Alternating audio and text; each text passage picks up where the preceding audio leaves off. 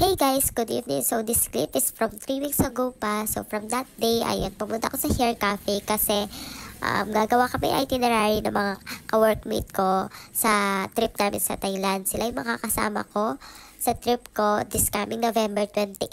Ayan, 4 days and 3 nights kami doon. Ayan, napag-decide namin na dito na lang kami sa Hair Cafe gumawa. Ayan, napakaganda ng ambience. Sa loob lang siya ng Clark, malapit sa Cafe BOM. Ayan, medyo medyo pricey lang yung mga cafe dito, mga pastries, mga cake or cupcakes. Pero ang ganda ng interior design niya, guys.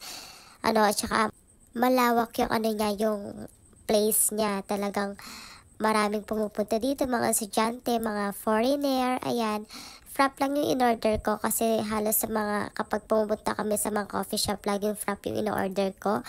Ayan, talagang ang ganda ng ambience, guys. And then, ayun, naglago-lago ako dun sa may parang mirror. Yan. Ayan, may lago-lago yung Chimo.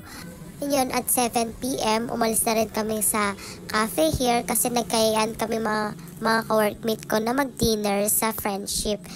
Ayun. So, ayun, maganda naman yata sa pupunta namin. And then, naguguto rin kasi kami. Ayan. Kaya, yun, nagkayaan. Ang ganda naman dyan, guys, kasi hindi makuha ng quality. Pangit ang quality ng phone ko.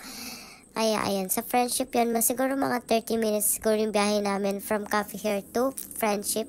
Sa Harry's Bistro kami kakain. And then, siguro pang second time ko na sa Friendship, pero nakamiss pa rin ako sa mga store, halos Korean sila. And then, yung mga tao, halos mga Koreano. Ayan, nakamiss ako, kaya yung clip na yan, halos buong Friendship yata yan. Lang, gusto ko lang i-video, bakit ba? So, ayun. And then, ang ganda ng mga parol, guys. So, yan, sa Pampanga talaga mailaw, sa Pampanga kapag per months. And then, ayan, dyan kami pumunta sa Harry's Bistro. And then, worth it, guys. Ang sarap ng pagkain dito. As in, affordable. And then, napaka-generous pa ng may-ari. Kasi binigyan kami ng free cake na sa huli. Pagkatapos ng kumain. And then, nasa lang yata yung bill namin. Ayun, post nyo na yung mga price kung gusto nyo makita.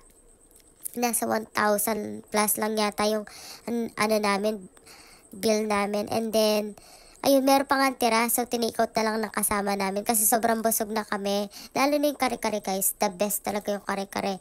Ayan, magkikita naman na halos ubos naman lahat ng food namin kasi worth it talaga, sarap. So, ayun, yung pasta lang talaga hindi naubos. Thank you for watching. Bye!